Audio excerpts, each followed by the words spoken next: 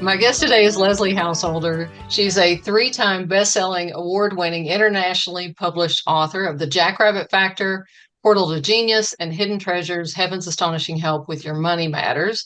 She's the founder of Rare Faith with the School of Life Mastery. Leslie is a wife, mother, author, speaker, and entrepreneur, sharing life lessons mostly about coping with stress, making sense out of setbacks, and conquering life's challenges. So do you have any behind the scenes stories you can share about any challenges or roadblocks you faced along the process of actually writing that book or any of your books for that matter, whichever one you want to talk about?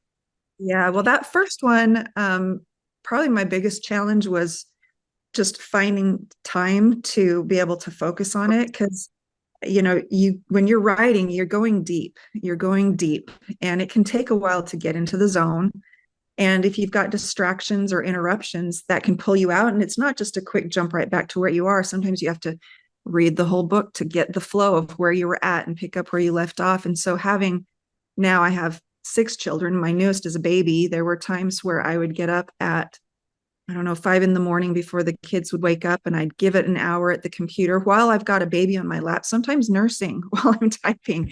It was juggling it all at the same time. And we had just moved into a home that we were fixing to flip. And so there were 8 of us in a 2-bedroom home, and the carpet had been pulled up, because we were replacing the carpet. So it was just chaos. It was chaos. And yet I was so passionate about getting this message out that I let some things go. A lot of things that normally a good mother maybe was keeping up on day to day, I let stuff go for a while. And there were temporary seasons of imbalance while I was in the zone. And then other times I would step back and focus on the family more. But it was a juggle. That was probably the toughest part of writing the first book. I think about my third book, and the biggest challenge there was I knew how important it was to write, which was a sequel to The Jackrabbit Factor. It's the Portal to Genius. And I knew what needed to be in there, but I didn't know how it was going to end. Normally, I know how I'm going to do the whole thing before I embark. And with this one, I knew I needed to start, but I had to just trust that I would figure it out as I went. And that was quite an adventure, because I was learning things. You get in that zone and you learn things yourself as you just do your best with what you know. And those sparks come, and that was super fun. You were kind of going through it, which characters were going through at the same time, whereas you with Portal to Genius, it was kind of a...